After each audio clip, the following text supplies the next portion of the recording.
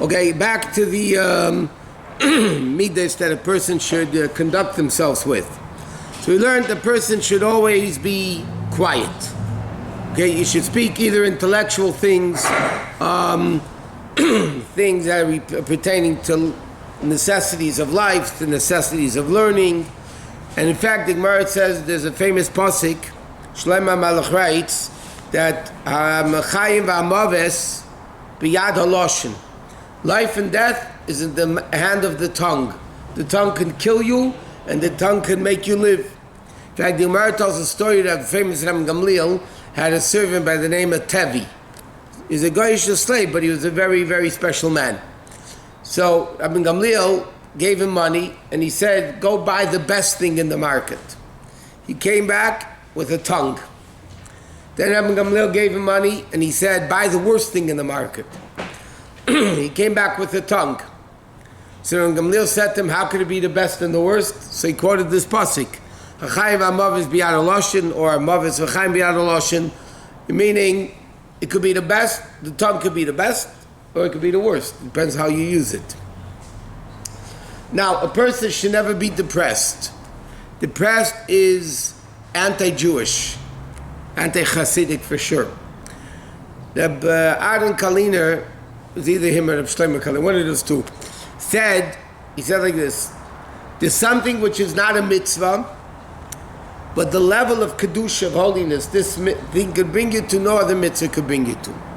He said, going for a mikveh for a man is not a mitzvah, but the level of holiness a mikveh could bring you to, no other mitzvah could bring you to. And then he said the opposite. He said sadness is not, depression is not an aveda. It doesn't say in the Torah you're not allowed to be sad. But the low level sadness can it bring a person to, no other aveda could bring a person to. So therefore, you need to have all these things together. Okay, so a person should always be happy. A person should not be too broad by himself, so to speak. He should have a good eye. He should learn a lot of Torah, do some business. Like the Gemara says, Hakina v'atayva v'akovid, jealousy, lust, and honor destroy a person from the world. Because a person that isn't to honor will never be happy no matter how much honor he gets. A person that has temptations will never be happy with the temptations that he gets. So these are things that actually destroy the person. So therefore, he says, somebody might think, the Rambam says, that, okay, you know what? I'm not going to live in a nice house. I won't have a nice car. I won't have a nice furniture. I won't have anything nice. I'll live in a broken, dilapidated hut. He says that's also no good. The guy will say, okay, you know what? I'm not going to drink wine. I'm not going to get married. I'm not going to have a nice house. I'm not going to have nice clothing. I'll wear a sack and ashes. He said that's also a negative way. It's also a forbidden way in Torah. A person should not live on the opposite extreme. And a person that goes this way is called a sinner. It's called a chayter. And the Gemara, they bring a proof from a Nazir. A Nazirite who makes himself holy. He's not allowed to drink wine. He's not allowed to go to cemeteries and all that. So the din is, when a Nazir, when this Nazirite finishes his Naziris, he has to bring a sin offering. He has to bring a sin offering. So the Gemara asks, he's a holy guy. Why is he called a sinner that has to bring a sin offering? And the Gemara says, because he's also a sinner. Why is he a sinner? He says, Dayech ma shasarta lecha Torah. Don't be more religious than Torah. Torah says you could drink wine. Don't make yourself abstain from wine. Torah says you could don't be more religious than the book. The only time, by the way, it says in halacha, when a person should abstain from all these things, like wine. When should a person abstain from wine? If he's addicted to wine and he's constantly drinking wine. So therefore, to get back to the middle, like we learned, you have to go to the opposite extreme. Then you become a nazir, then you become all these types of people that don't drink wine and everything else like that. But otherwise, a person should only stop them things that the Torah forbids. He shouldn't but stop making oaths and vows and all these things to forbid himself. Okay, in fact, even in halacha, it's forbidden for a person to torture themselves with fasts.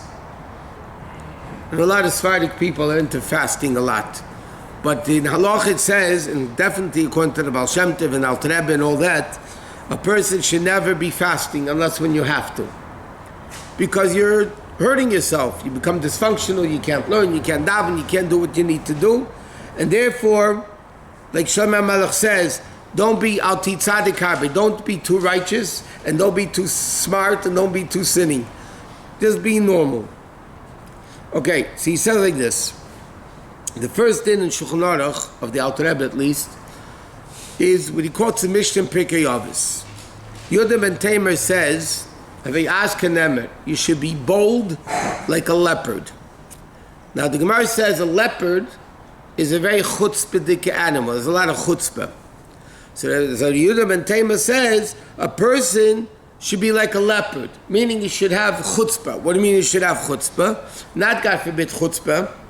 But when it comes to people laughing at you about your Yiddishkeit or making fun of you or giving you problems, you should have the chutzpah, meaning don't be embarrassed from them. Don't change your mind. You should do what you have to do. But he says like this, and Shulchan Aruch says this, the Gemara says, the Rambam says it, if somebody is making fun of you and your Yiddishkeit, you don't listen to them, you don't care what they say, but you should not answer with chutzpah to them. Why you should not answer with chutzpah? Because then you acquire the trait of chutzpah, which is not a good trait. Normally, chutzpah is the opposite of the three good midas that a Jew is supposed to have. Baishanim, Rachmanu, Gaimel Chasadim. Chutzpah is broadness, boldness, and all that. So that's really against Torah. So therefore, the only type of chutzpah a person can have is not speaking chutzpah and doing the chutzpah. If somebody wants to stop them from doing mitzvahs, they should have the chutzpah, not listen to them, but they shouldn't answer the person with chutzpah and with negativity. Okay, another important mitzvah, another important halach over here in character building, you should never fight to do a mitzvah. You should never fight to do a mitzvah, meaning you want to daven for the Yomid, never fight over it. When we're learning the dinim of Kaddish and all that, the halacha is that, sometimes this guy wants to daven for the Yomid, this guy wants to daven for the Yomid, this guy's Yortzeit, and they end up fighting. So it says in halacha, they do more damage to the neshama that they want to daven and say Kaddish for, they're doing more damage than if they wouldn't daven and they wouldn't fight. Fighting is the worst thing you could do. So therefore, you should never fight to do a mitzvah. And we find an interesting thing in the Mishnah. The Kohanim would divide every week the lechem aponim, the showbread. They baked 12 loaves on the shulchan, and the bread stayed from Erev Shabbos to Erev Shabbos. On Shabbos, the 12 loaves were divided into 6 and 6. The shift of Kohanim that left had 6, and the new shift of Kohanim had 6 breads. So the Gemara says, the more refined Kohanim never grabbed to get, because the breads are not that big. So there's really not enough to go around. So other people, mamish, grab it. So it says, the tzunuim, the modest Kohanim, would not grab. It's a mitzvah. He said, you know what? We don't do that. Was that a segula for Ashur? No. Keteiros, bringing the Keteiros, the incense in the base of Mikdash every day, they brought it. That was a school for Ashiras. And therefore, it's an interesting thing. The din was a kohen that did it one day, didn't do it the next day. Why? Because they wanted to split it up amongst the kohen that worked there. The only one that was able to do it whenever he wanted was a kohen gadol. That's it. He did whatever he wanted when he wanted. But the regular kohenim, the guy that did keteiros once, they didn't do it, let him do it again. And it's interesting, by a bris, you have what's called the sandik. You have the one that holds the baby. So it says in Svarim that the sandik is also a school for Ashiras, and therefore it's like the kohenim that brought the keteiros. And therefore it says in halacha that a person should not be sandik twice in the same family. Twice in the same family, they should not be a sandik by two babies. Why? Because just like the koyanim every day, a different koyan did the ketores, sandik is the same thing. But there's two exceptions to this. Number one, it says the Rav of the city could be sandik as much as he wants because or as much as they offer it to him, because he's like the kohen gadol. And it says parents, grandparents can also do it more than once in the same family, because that's a different story. But you're not supposed to fight to do a mitzvah. But there's another interesting Gemara, by the way. If you're about to do a mitzvah, and I grab away the mitzvah from you, okay, there's a fine, literally the dava, which is a certain amount of gold. Chachamim make you pay, when the Bezdin was powerful, the Bezdin made you pay for stealing somebody's mitzvah. A mitzvah has value, physical, monetary value.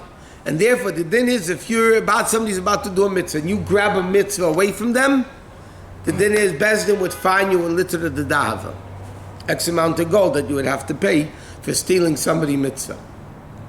But to fight to do a mitzvah, that you don't do. Okay, next. The nature of people is to be drawn after his social environment. That's the nature of people. Like light, we learned last night in Chumash, light with the city as daim. Okay, therefore, a person has to connect himself to tzaddikim, sit next to chachamim, to learn from their actions, the way they behave, and they should distance themselves from the Rishoyim, that they shouldn't learn from their evil ways. And therefore it says that the halacha says, and it's a Gemara, but the Rambam brings it down, Kitzur brings it down. If you live in a city, it's basically, by the way, it disqualifies living anywhere today.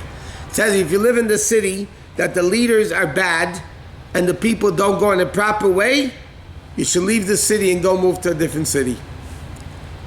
The problem is nowadays, where are you going to go? Same thing anywhere you go, so you might as well stay where you are.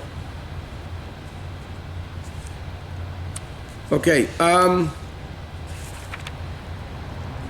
By the way, here's another interesting thing. They bring it down over here, even though it doesn't really apply here. When it says, don't be more religious than the Torah. Okay? So the Darkei Tshuva, the Pischei Tshuva bring down an interesting question. Let's say meat falls into milk. But we know the din is, it's nullified 1 in 60, right? Batul b'shishim. So what happens if milk falls into meat and it's nullified 1 in 60? When Torah says you're allowed to eat it, is a person allowed to come along and say, I'm not eating it? I know Torah says it's allowed, but I don't want to eat it. So there are poskim in the halacha that's right, you should be bitten by a snake, you're a terrible person. The Torah, who are you more religious than the book? The Torah says you can eat it, who are you to say no? Another poskim hold, no, if you want to be machmir, you could be machmir. Only for yourself. Yeah, the question is, would that be considered baltashchis because you're wasting food? You have a whole pot of meat and a little bit of milk fell into it, so it's kosher, right? Can a guy come along and say, I'm not eating it, therefore I'm going to throw it out? But he can definitely give it to the dogs, or whatever. But, what? Fish that fell into meat goes back to the shishim. What? Fish that fell into meat is also back. If fish and meat mixed together, we're going to learn that later, is a machlekes. If fish and meat are batul b'shishim. Some opinions say it's not. It's never nullified because chamura sakanta mi'isura. Sakana is stricter than something kosher and treif. Chamura sakanta mi'isura. Sakana is worse. And because fish and meat is sakana, so therefore they write it's not batul b'shishim. La halacha we paskin, most paskim saying that's the halacha that it is batul b'shishim and you could eat it. But there are opinions that say you don't eat it.